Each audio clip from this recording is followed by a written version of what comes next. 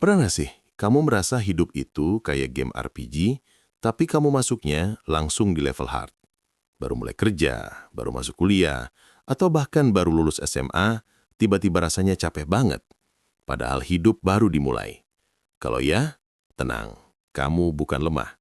Kamu cuma Gen Z.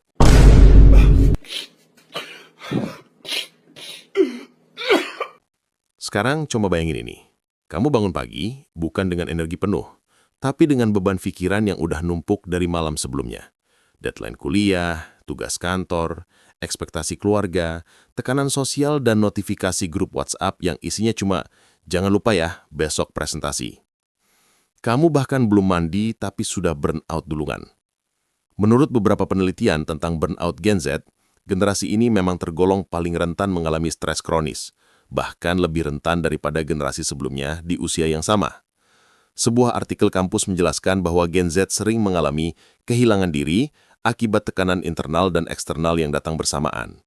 Sementara laporan media internasional menyebut bahwa pekerja muda di usia 20-an sudah burnout karena dunia kerja yang semakin menuntut tapi tidak memberikan keamanan jangka panjang.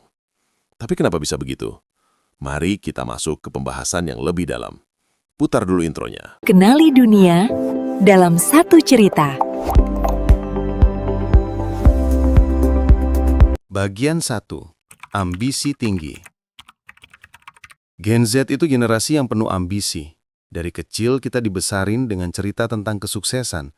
Harus berprestasi, harus produktif, harus jadi anak yang membanggakan. Kata harus itu muncul begitu sering, sampai rasanya jadi sapi perah. Masalahnya kita juga tumbuh di era digital, di mana kita bisa membandingkan hidup kita dengan ribuan orang sekaligus hanya dalam waktu 10 detik scrolling. Kamu lihat teman seumuran sudah punya usaha, sudah punya mobil, sudah jalan-jalan ke luar negeri, atau sudah punya penghasilan pasif. Padahal kamu baru punya tabungan 27.000 di mobile banking. Perbandingan sosial ini bikin Gen Z merasa tertinggal. Ambisi makin tinggi, tapi kelelahan juga makin besar. Banyak Gen Z merasa kalau mereka tidak terus bergerak, mereka akan kalah. Tapi justru perasaan harus terus bergerak itu yang mulai menguras energi mental. Hasilnya, burnout sebelum usia 25. Bagian 2. Tekanan belajar dan kerjaan yang overload. Buat kamu yang kuliah atau baru kerja, pasti familiar dengan situasi ini. Tugas datang bersamaan, presentasi mendadak. Dosen atau atasan minta revisi jam 10 malam, dan kamu harus selalu terlihat on. Menurut data beberapa studi, burnout Gen Z berasal dari beban kerja yang tidak seimbang dengan kapasitas istirahat. Dunia pendidikan dan pekerjaan sekarang bergerak cepat.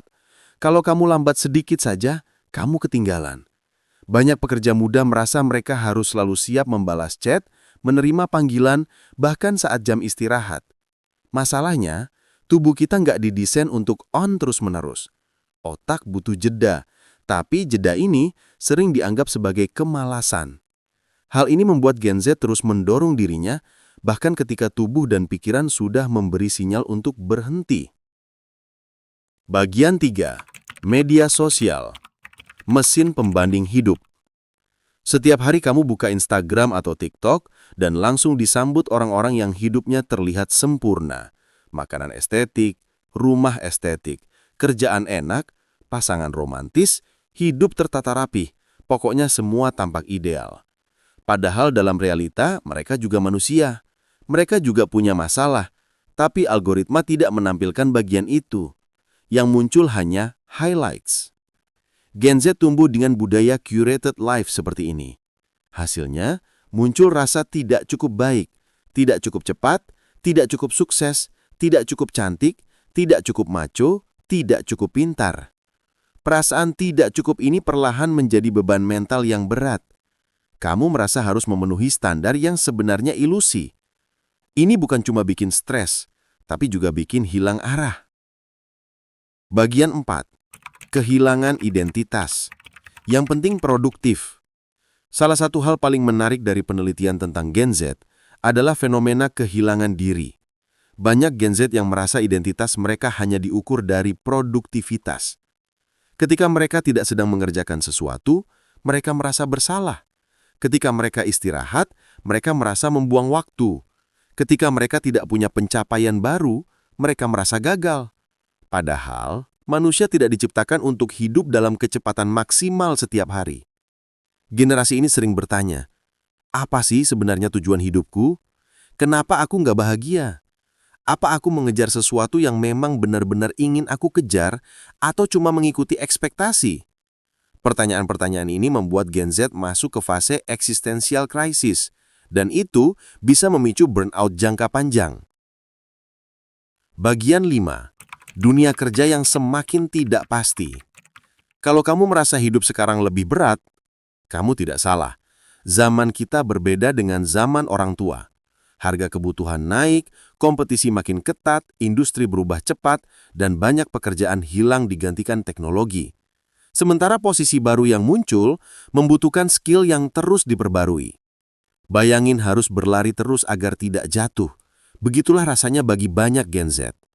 Kamu dihimbau untuk punya banyak skill, mengikuti tren, membangun personal branding, menjaga mental health, mencari pengalaman kerja, punya penghasilan tambahan.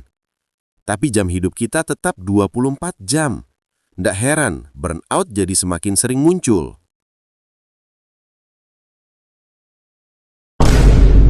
Bagian 6. Tekanan emosional dari diri sendiri. Fakta menarik, banyak Gen Z merasa tekanan terbesar bukan dari orang lain, tapi dari diri sendiri. Gen Z ingin menjadi generasi yang lebih baik, ingin mandiri, ingin berkembang, ingin membuktikan diri. Tapi kadang standar yang kita buat terlalu tinggi untuk dicapai dalam waktu singkat. Ambisi itu bagus, tapi kalau tidak dikontrol, dia bisa menjadi bumerang mental. Saat kamu gagal mencapai target kecil saja, kamu langsung merasa hidupmu kacau. Padahal gagal itu normal. Tapi Gen Z sering lupa, karena internet terlalu penuh dengan kesuksesan instan. Bagian 7. Ciri burnout yang sering dianggap biasa. Beberapa tanda burnout yang sering diabaikan. Tidur cukup tapi tetap capek. Tidak bersemangat melakukan hal yang dulu disukai.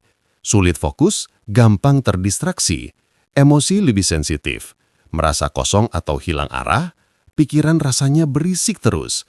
Merasa hidup berputar-putar tanpa kemajuan. Kalau kamu mengalami 3 atau lebih, kemungkinan kamu sedang burnout, bukan malas. Lalu apa solusinya? Tidak ada solusi instan, tapi ada cara untuk meredakan kerumitan hidup Gen Z agar tidak pecah di tengah jalan. 1. Tetapkan batas atau boundaries. Kamu tidak harus membalas chat jam 11 malam. Serius, dunia tidak akan runtuh. 2. Kurangi konsumsi highlight kehidupan orang lain. Terkadang, masalah kita bukan karena hidup kita buruk, tapi karena terlalu sering membandingkan dengan hidup orang lain. 3. Belajar berkata cukup. Cukup itu bukan menyerah, itu tanda dewasa. 4. Slow sedikit. Hidup bukan kompetisi lari cepat, hidup itu maraton, sambil sesekali berhenti jajan cilok. 5. Cintai proses, bukan pencitraan. Nggak perlu terlihat keren di internet, lebih penting jadi waras di kehidupan nyata. Gen Z itu bukan generasi lemah. Gen Z bukan generasi yang manja. Kita generasi yang menghadapi dunia paling kompleks dalam sejarah. Informasi berlebih, tekanan sosial digital, ekonomi yang sulit, dan perubahan cepat yang terus menghantam. Kalau kamu merasa lelah, itu bukan kelemahan. Itu tanda kamu manusia. Dan kamu nggak sendiri. Channel ini ada buat kamu untuk ngasih insight, cerita, dan pengetahuan yang bikin kita sama-sama berkembang tanpa harus kehilangan diri sendiri. Berhubung admin juga Gen Z dan sudah 1 tahun nganggur, boleh dong minta dibeliin kopi biar semakin semangat menganggurnya? Klik link Saweria di deskripsi video di bawah ini. Jangan lupa like dan subscribe untuk insight berikutnya.